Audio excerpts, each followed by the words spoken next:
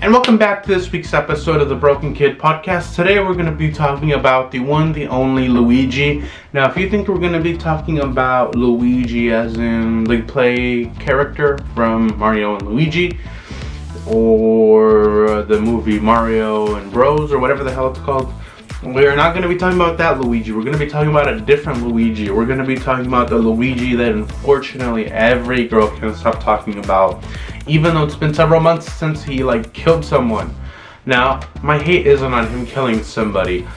How do I say this? Maybe we all could learn a little something from him, you know? I'm not saying we should all go out and kill somebody. That's not what I'm saying. But what I'm saying is that as a guys, we could all learn how to be a little bit more attractive and handsome. And maybe we've been doing it wrong. Maybe this is not a call to action, but maybe what we all should do is go do something violent. We've all seen it. It happens to a lot of people kill somebody and then they get overlooked. Like the Mendez brothers or whatever happened to them, which was really gruesome. But one thing, look, I got my piercing removed, so now there's a big giant hole, and I hope my other one doesn't remove. But watching, this guy has he's got fan pages on Instagram that kind of normalize everything that he did. And I'm over here trying to put effort into this YouTube channel and make it look good and have lighting here, and we try to put effort into our thumbnails. Maybe what I should go do is just smear shit on a wall. Maybe that's what I should do, because the whole thing is just pointless. Because, speaking of pointless, the other day I was at In-N-Out and there was this whole incident, which I'll go into detail in another video, but it was like Lemonade Gate. Anytime you put the word gate after something, it means like scandal or, oh my, upheaval. And I was at In-N-Out, and the In-N-Out lemonade machine had broken. It had stopped making lemonade, or it was making lemonade, but something had slipped into it, like cleaning product, or it tasted weird for some reason. And 2 days prior, I was there eating and drinking the food, and I got lemonade, and I was like, it tastes a little odd. It tastes like somebody put stevia in it. But there was this one lady who her mind was broken and just couldn't function. She didn't know what to do because they were remaking the lemonade and it was upon opening time. And this lady was trying to intervene, and she was acting a little like this, It was almost like there not being lemonade ruined her. And on the contrary, you should just be a civilized person about this, not freak out. But that's one of the things I'm talking about. These people, his whole ordeal was with the Medicare system, and I agree, it's horrible. Now things are even really horrible with Medicare, with care related to medicine. And some of these doctors, you can't trust them. You don't even know what they're talking. You go to urgent care, and it really is urgent for them. They want to get you in and get out.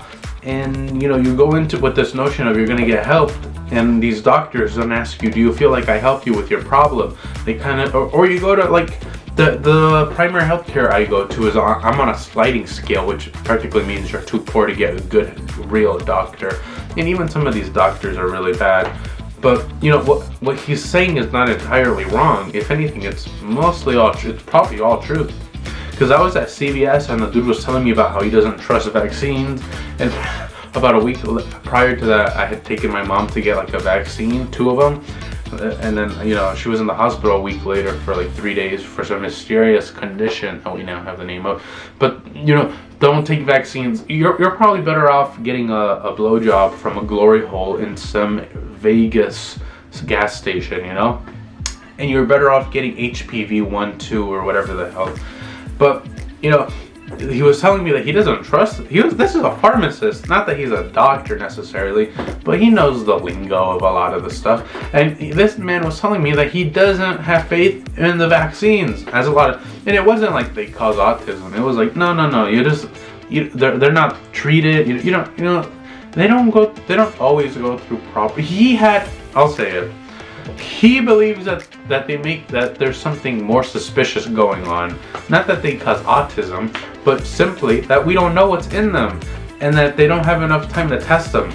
And he was leaning more on the side of it'll turn you into an alien will pop out of you, like in the Alien movies. But that's just one thing I was thinking of.